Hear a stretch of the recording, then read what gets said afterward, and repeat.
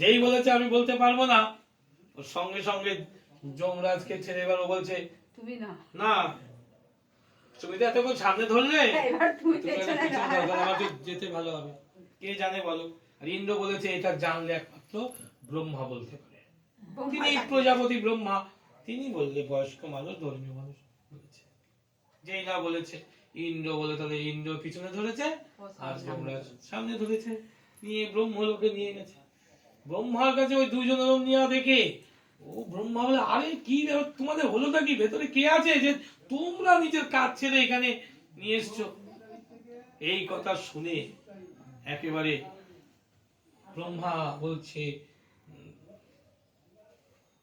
আগে বলেন তারপরে তো বলছে ফলস্বরূপ কি, কথাটা বলতেই ব্রহ্মা বলছে, আর তোমরা জায়গা পেলে না আমার, আর আমিও জানি এর ফল যে কি, আমি কি বলবো। তখন গিয়ে ওই ভেতর থেকে বলছে, যা দুজনা কষ্ট করে নিয়ে আসছিল, পালকির তো 4টে ডান্ডা, তুমি আরেকটা সামনে ডান্ডা ধরো, যেখানে জানে সেখানে নিয়ে চলো। একবার সাধু সেবা করে এইবার ব্রহ্মা বলছে, একমাত্র খুব জ্ঞানী ভোলানাথ পরম বৈষ্ণব, সে যদি বলতে পারে, চলো কৈলাসে নিয়ে এবার। এইবার ভোলানাথের কাছে যে নিয়ে গেছে, ভোলানাথ বলে সামনে যম, ব্রহ্মা পিছনে ইন্দ্র। ইন্দ্র তো তখন কষ্ট বেশি হচ্ছে, এইটা একবার ধরে, এইটা একবার ধরে, দুটো ডান্ডা ধরে পিছনে যেতেই হচ্ছে। এইবার সামনে যে কৈলাসে নিয়েছে, বলছি কি হয়েছে, এই বলেছে, আরে আর বলো না, ব্রহ্মা বলছে এরা ঝামেলায় পড়ে আমার কাছে এসেছে, এই বৈষ্ণব সাধু সেবার গুণ কি করে কি হয়েছে, আমি কোন রকম আমি তো বলতে পারিনি। ভোলানাথ কাছে জাতা ফেলানো আমার কাছে এবার ওকেও দিয়েছে একটা, এবার আমাকে আমার সামনে রাধে রাধে বলো। ও বলবেই না বলবেই না বলবেই না। সাধু বলেছে একবার বল, আমি বললাম তোর ভীষণ উপকার হবে। বলছি কি উপকার হবে, বলে আগে বল তো। তখনও বলেছিল উপকারের আশা করে, রাধে রাধে বলো, রাধে রাধে সাধুর কথা শুনে রাধে রাধে বলেছিল। তখনও বলছে তোমাকে এবার বলতেই হবে, আমি তোমার কথা শুনলাম, সাধুর কথা শুনলাম, রাধে রাধে বললাম, উপকারটা কি। ওই তখন সাধু বলল, তুমি জমালয়ে গিয়ে জিজ্ঞেস করবে, ওই রাধে রাধে বললে কি হবে, যমও জানে না, ব্রহ্মা জানে না, ইন্দ্র জানে না, ভোলানাথও জানে না। যখনই বলেছে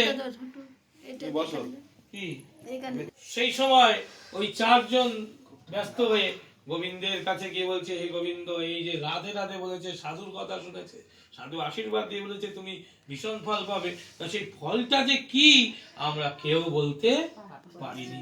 আর ওই যেই পারিনি বলছে, তাহলে তুমি যেখানে পারে সে নিয়ে চলো, এখন আমরা তো ঠকে গিয়েছি, এখন তো নিয়ে আসছি। হাসি বলছে, হাসছো তুমি, আমাদের কষ্ট দেখে তোমার হাসি পাচ্ছে। বলছে আমার হাসি তার জন্য পাচ্ছে না, আরে বাবা তুই প্রমাণ তো সাক্ষাৎ পরিষ্কার জলের মতো, এ তো সামনেই, রাধে রাধে বললে কি হয়, সাধুর কি পায়, এ তো প্রমাণ। বলছি ব্রহ্মা বলছে, আমি মাথায় কিছু ঢুকছে না, কোথায় আমার সাক্ষাৎ, কি প্রমাণ হচ্ছে।